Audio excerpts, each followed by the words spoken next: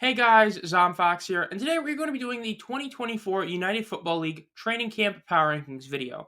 This is the second Power Rankings video I am doing for the United Football League. The last one we did was the Super Draft Power Rankings, and now it is the Training Camp Power Rankings. This is based on each team heading into training camp, which just opened yesterday on February 24th. So we're going to be looking at this and doing it in a bit different way than usual. Now, I have been doing these position ranking videos over the past week, and I did one a couple months ago about head coaches. And so we're going to be using the rankings on each of those videos to determine the power rankings for this video. Now, the quick side note is that naturally, the positions I have done are head coach, quarterbacks, running backs, tight ends, defensive tackles, safeties, and kickers. So this does mean that there are certain positions I didn't do, which are naturally going to affect certain teams' ranking.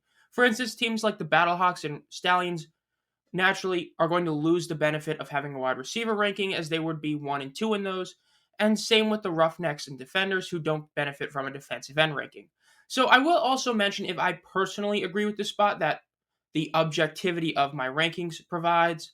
And of course, we are doing the side note of the most important player for each team. You all seem to like when I added that in the last one. So without further ado, let's get started with number 8, the St. Louis Battlehawks. Now, the Battlehawks are a team that I do believe is overrated, but no, I don't think they're the worst team in the league. Now, according to the position rankings, they are the worst team, and in fact, it's by a pretty wide margin. That's mainly because their areas of strength that I covered are areas that are strengths of many teams. Like quarterback, for instance. They have one of the 3 elite quarterbacks, but the overall depth of their quarterback position is severely lacking. Essentially, you've got, in my opinion, 3 guys that are elite quarterbacks in McCarron, Teamu, and Cookus, but Cookus and Teamu both have much better backups, mainly the fact that Brandon Silvers comes in at 3rd among the backups, as I would rather have both Troy Williams and Jalen McClellan over him. Then running backs, while there is definitely some room for improvement, we have to see how good Wayne Gallman actually is in the UFL. The fact is they're pretty weak there. Tight ends, they're very weak. Head coach, even though I've said before Becht is a great spokesman of the league as an actual head coach, it's pretty hard to put him anywhere besides 7 unless you think that Curtis Johnson is better than him, which you'd then put him at 8. Then they have the weakest group of kickers, and to where the positions I did rank, they get kind of screwed over. Now, admittedly, positions like linebacker and wide receiver especially, they would be on the much higher end scale of it. But honestly, I think this is a team that's probably more like 4 or 5 if I were doing an overall ranking. I think they are overrated because everybody looks at their quarterback to receiver group, as they do have the 2 best receivers in the league in Ja'Cour Pearson and Hakeem Butler. But once you get past that big 3 and a couple of the big names on defense, the overall team itself is very top heavy and honestly lacks a ton of depth that a team like the Stallions or another team like the Defenders do have. So while I don't fully agree with where they come in this Power Rankings video, I do think that this team is severely overrated. I know some people say they're a top 3 team. I think at best they're 4th, but honestly they might be 5th truly. So they come in at 8 because of the positions that were ranked, as their average ranking was 6.14, which is by far the worst. But I don't fully agree with it in terms of my opinion on the team as a whole. Now, the most important player is A.J. McCarron. Now, no, this is not just every team's quarterback, because I only have one other quarterback as the most important player. But the reason is because this team is basically just based on him. Look, if he gets hurt and they have to rely on Brandon Silvers to, lead them to the championship game, I don't think they're going to make it. Look, this team's defense has a lot of weaknesses, but does have a couple strong suits. But the offense is just a passing game. Look, if Gallman is able to do what he did when he was a starter with the Giants, to be a really solid player here, that'll help him out a lot. But at least on paper, this team is going to be throwing the ball a ton, and that's basically all they're going to be doing. So if AJ goes down, they're going to go from a massive downgrade, as the downgrade from going from Teamu or Cookus to McClendon or T-Will is much less than than going from McCarron to Silvers. And because of that, McCarron is the most important player here. He was one of the best quarterbacks this past season. Now, before you guys say about how he was MVP last year, quick side note, he was not the official MVP last year. There was no official MVP. The Offensive Player of the Year went to Teamu. So, objectively, if you're viewing it purely based on awards, Teamu was the best QB this past season. Just a quick side note. So, McCarron does come in as my most important player on the team that comes in at 8, though I don't fully agree. Now, coming in at number 7 is the San Antonio Brahmas, and I will say I probably do agree with this. I think the Brahmas are one of the 2 worst teams in the league. I think that a lot of people are also trying to overrate this team a bit, but I think the 7 is a solid place for them. I do agree with it. Now, where they come in the rankings is much better at 5.57, and that's mainly helped by the fact they have an insanely good tight end room with Cody Latimer and Elise Mack. Their head coach in Wade Phillips is one of the best head coaches that you could have in spring football. It's just that spring football now has a lot of really good head coaches, so he came in at fifth. Their quarterback room is pretty weak. Their running back room is pretty weak. Their DT room is pretty weak. They have an okay kicker on paper in Matt Amendola, who is probably going to be the starter over destroying. Their safeties and DTs aren't the best. They pretty much get saved by having insanely good tight ends. At 7, it makes sense. I know a lot of people try to act like Dormade is this like top tier guy. I don't buy it. I would rather have McClendon over him. I've said that from the beginning, and I'll still say it now. I think McClendon was in a worse situation and performed better than Dormade did. And that is why the most important player on this team is Cody Latimer. Latimer was the best receiver that Dormade had and was the guy that was thrown to the entire season. Latimer is going to be the reason that Dormade doesn't look terrible. Latimer has to continue the success he had with him this past season, but then do it even more. He is one of the 4 best tight ends in the league, as Sal Cannella did re-sign, which is a big deal. But Cody Latimer is objectively a top 4 tight end in the league. You can't really argue that. Now, whether or not you have him 1, 2, 3, or 4 is your opinion.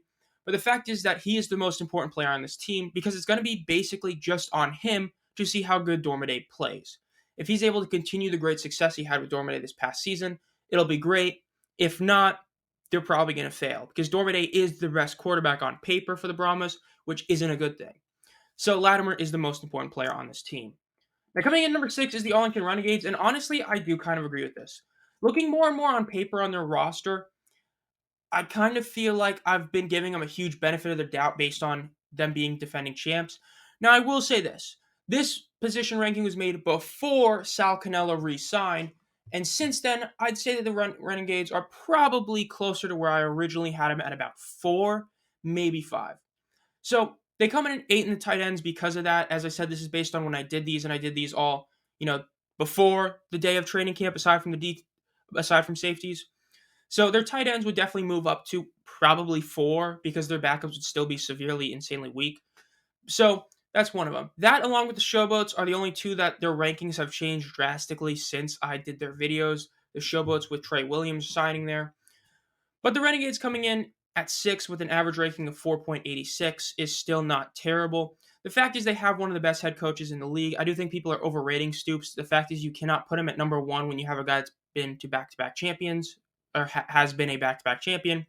Their QB room is really solid. Both Perez and Scott are great. It's just that 4 other teams have better quarterback rooms. Running backs are solid, but not the best. DTs are honestly really solid. I don't think people are talking about how good their DT room is. Safeties, pretty terrible, but they do have a really good kicker in Taylor Russolino. So they come in at 6. If the tight ends were changed, they'd be moved up to 5 or 4, depending on exactly where I'd put them in the tight end ranking. But their most important player is going to be De'Veon Smith. The reason for that is they have 2 really solid quarterbacks. Even though Scott hasn't played, he's definitely probably my number 1 or 2 best quarterback that has no spring football experience. But De'Veon Smith was this team's best running back this past season, and I feel like he's going to have to do that again for this team to be successful. He's going to have to be even better than he was this past season, and if he is, I feel like the Renegades could repeat as champions. Look, Sal Cannella is a huge addition to the team, and even though he's very important, I think that Smith is the one who's going to make this offense truly hum. He needs to continue the success he did show this past season by having 360 yards with 7 TDs and being a really solid receiving threat. If he's able to do that, I think this Renegades team could get back to the playoffs, as a lot of people right now, some people have them as the worst team in the entire league. So we'll see. Now, number 5 is going to be Michigan Panthers, which I hate to say it, I do not agree with this. I think the Panthers should be lower. They benefit greatly from the positions I have done. Because let's just say this. If I did corner instead of safeties, this team would have fell a few spots because their safety room isn't the best. Now, they did just get Lance Lenoir back, which is a huge addition as he was incredible for them back in 2022. But the fact is that overall, this team at 5, I'd probably put him more like at 7 or along with the Brahmas. The Brahmas and Panthers, to me, are still like the 2 weakest teams on paper. Though with the Lance Lenoir signing, I may have him above and move him to 6, maybe 8. It's just, I'm still not fully sold on him. Look, they have a solid head coach again in Mike Nolan, but again, there's a lot of good head coaches, so he comes in at 6th. Then the QB room, EJ Perry's only really played 2 games. It's hard to say that he's, a top-tier quarterback when he's only played in 2 games. Now, the running back room is incredible. Look, I've had my gripes I've said before about West Hills in the second half of the season, but objectively, having West Hills and Matt Colburn as your starting two running backs, there's really only one team that has better running backs than them. Well, now I would say arguably two with the signing to the Showboats. Tight end room, it's solid. Four, it's okay. DT room is pretty weak. Safety's incredible. They have two former All USFL safeties, and their kickers are just okay.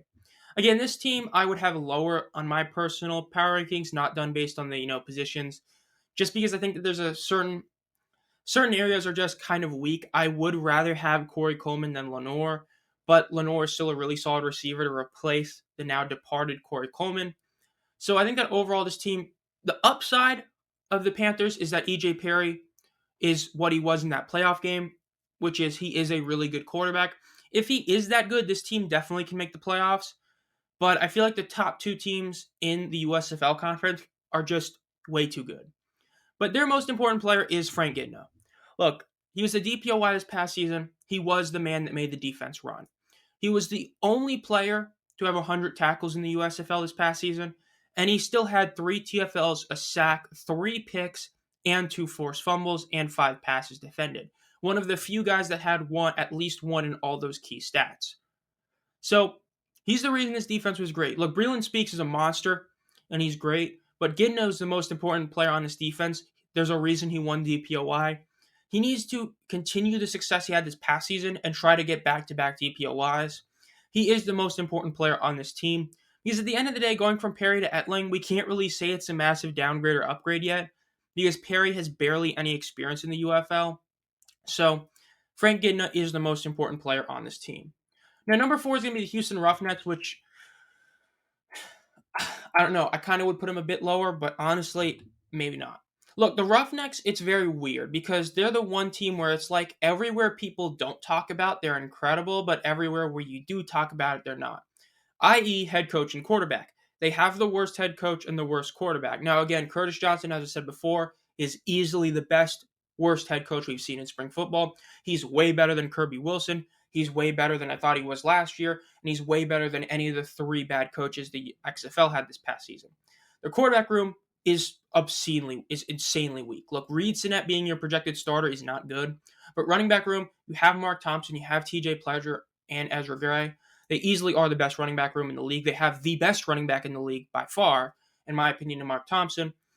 And then your tight end group, 6 was, with Sal Cannella coming back, I'd say 6 is probably where they should be, as I've kind of talked myself into thinking they should be up to 5, so now they'd still be at 6. Their DT room is the best. Their D line is easily the best in the league, and they have an elite safeties and elite kicker in Luis Aguilar. So their average ranking of 4.14 makes sense. Essentially, where I'd put them on my personal rankings is along with probably the Panthers and Brahmas in that I'd probably put them at 6, the Brahmas at 8, Panthers at 7. Looking back at it is probably what I would do those bottom 3, because it's hard to put this team higher when they're so weak at 2 very important positions. And that's why their most important player is Mark Thompson. He needs to be elite like he was this past season, where he had 14 touchdowns in 8 games that he appeared in. The 2 games he didn't appear in, they lost. So with him, they were 5-3. They were a damn good team. 5-3, if I'm not mistaken. I believe they finished 5-5. Or they either finished 5-5 or 6-4, but they lost both games he didn't play in. He was insane. He averaged 80 yards per game in the few games he played. If he had had the amount of carries West Hills had, he would have easily been the leading rusher. He only fumbled 1 time. He had 90 receiving yards. Dude was insane. Easily the best offensive player, that wasn't a quarterback in the USFL this past season. And I would say the best offensive player that wasn't a quarterback among either league this past season. So he is their most important player. Easily why I have him here. Now, number 3 is the defenders, which I would still have them at 2. The top 3 is, I'd still have the defenders at 2. Look, the defenders have really good in a lot of stats. They come in at 3.86, which is pretty damn good. And they really only fall low because of their kicker ranking at 7. Look, they have solid tight ends at 5, though, like you can probably tell, I would move them to 7 now.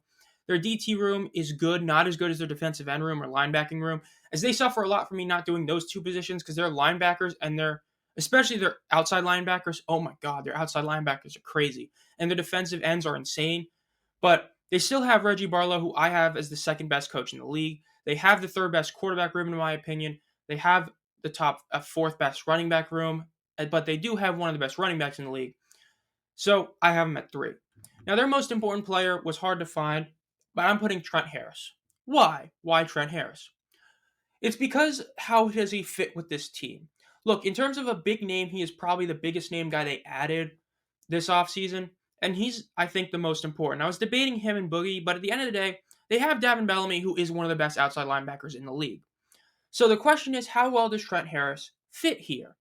If he's able to do what he did this last season, which is have 9.5 sacks in 9 games, basically a sack per game, this defender's defense is gonna be unbeatable. Aside from maybe the Roughnecks, which are a bit better. But Trent Harris, if he fits really well with this team, they're going to be crazy.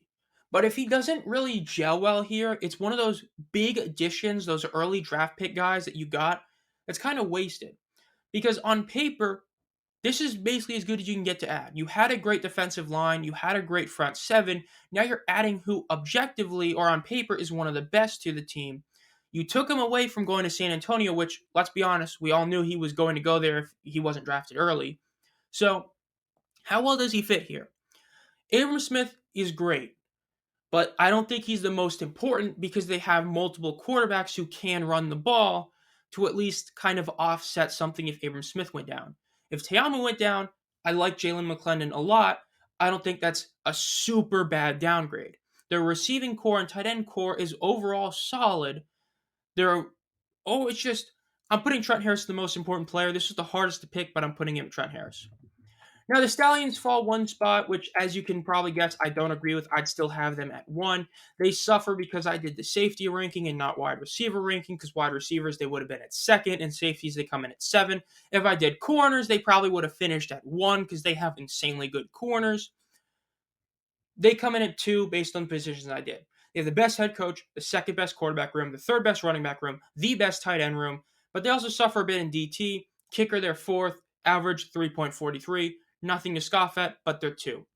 I'd still have them at 1. A lot of the positions I didn't do, almost all of them, they'd be elite at. Linebackers, they'd be number 1. Corners, they'd be number 1. Wide receivers, they'd be number 2. So, like I said at the beginning, this is based on the rankings I have done, and this is why I'm saying I'm giving my opinion. They would still be number 1 because even on paper, they still are clearly the best team. It's just that the positions I didn't do, almost all of them, number 1 or 2 would be the Stallions. Now, their most important player is going to be Chris Blewett because he is the guy that's replacing their biggest weakness in the offseason. Brandon Aubrey, even though he didn't, win all USL kicker, to most people was still the best spring football kicker. They lost him. He went to the Cowboys, had an insane season, was first team All-Pro. They needed Blewett to be a solid replacement. Look, Blewett had that one great debut where he went 5 for 5 and was incredible. He was a solid kicker, but I had him as the 4th best starting kicker in the league. He needs to be a top 2 starting kicker to not feel an absence of losing Aubrey. The biggest difference, blocked, missed, bad snap, whatever, was that Aubrey was perfect from an absurd, I believe it was 35 or 35 extra points, or it was 25. I might be getting him and Conklin mistaken, versus Blewett, who was 10 of 13. Now, yes, they don't have extra points in this league, but those are short field goals in a sense that Blewett was missing a lot more than Aubrey was. So if this team ever gets stuffed in the red zone and they're stuck at like either a 4th and 8 from the goal or they have to kick the field goal, you want a kicker that you know is going to make it. You knew Aubrey would make that kick. You don't know if Blewett will. He is their most important player because of that. If Jamar goes down, they still have some of the most highly touted prospect quarterbacks, Adrian Martinez, Matt Corral. They have great running backs, Bo Scarborough or CJ Maribel. They have an elite wide receiver room. Their linebacker room is insane. They have great corners. They don't really have a single standout safety, but they have an overall just safety room. So I'm putting Blewett as their most important player. And number 1 on the list is going to be the Showboats. I'm in number 1 because the positions I did rank, they benefit absurdly. Head coach, 4th. Quarterback, 1. Running back, 6. Tight end, DT, 3. Safeties, 5. Kickers, 1. They barely edge out the Stallions. And no, like I said before, if this ranking were done now with Trey Williams having signed, the running back room would move up potentially all the way to 1, but probably more like 2 or 3. I would still put this team at 3. I want to see what they are on the field because on paper, if we're looking at starters only, they probably are the best team in the league in the sense that I have Cookus as the best quarterback in the league. They have who I would probably put as the second or third best running back in the league in Darius Victor. They have who I would probably put as the best tight end in the league in Sage Surratt. They have who I have as the best kicker in the league. It's just they do have a weakness at like safety, and by weakness I mean it's just not as good as other teams. I just want to see it on paper because there's a lot of parts that moved to come here, and I want to see how it gels. If it gels well, this team will be in the championship game. If not, this team will miss the playoffs. Their most important player is Case Cookus. Now, again, even though this contradicts what I said before with McCarron about how it's the backup, let's put it very bluntly here. This team needs Cookus to be their starter the whole year and play the way he's done the past 2 years. They just do. Look, Cookus this past season had basically no offensive line, almost no help from the running back position, and was still one of the best quarterbacks in all spring football. His interceptions numbers raised a lot. That was mainly due to not having a good offensive line. This team has a far superior O-line, a far superior running back room. Their receiver room is the only area that's somewhat questionable, but I think they have better, let's call it better non-number ones than the Stars did. The Stars had one insane number 1 in Corey Coleman, but their number 2 to number 4 receivers were nowhere near as good as this team. Their tight end, nowhere near as good as Sage Surratt. This team needs Cookus to play elite. If he plays elite and plays to his peak, they will win the championship. If they don't, or if he doesn't, they won't. It's that simple. This is the most important player on the team. I know you could say Darius Victor. You could say it's Kentrell Williams. Have a much better year this year than last year. You could say it's one of their great DTs like John Atkins. I'm putting the most important player as Case Cookus. So that'll do it for the training camp power rankings for the UFL. Let me know what you think about this overall rankings. Do you agree with all the most important players I did? What are your personal power rankings? As like I said, this is based purely on the positions that I've ranked, so it's not as opinionated as I've had before in a sense. So just let me know what your thoughts are down below. Don't worry, this is a one-off. The next power rankings video I do is going to be my opinion, truly, not based on, rankings I've done. So be on the lookout for that one, which will probably come out heading into the first week of the UFL season. And as always, guys, make sure to subscribe and hit the bell. On Tuesday, I will have the Q&A coming out. And again, have a great night.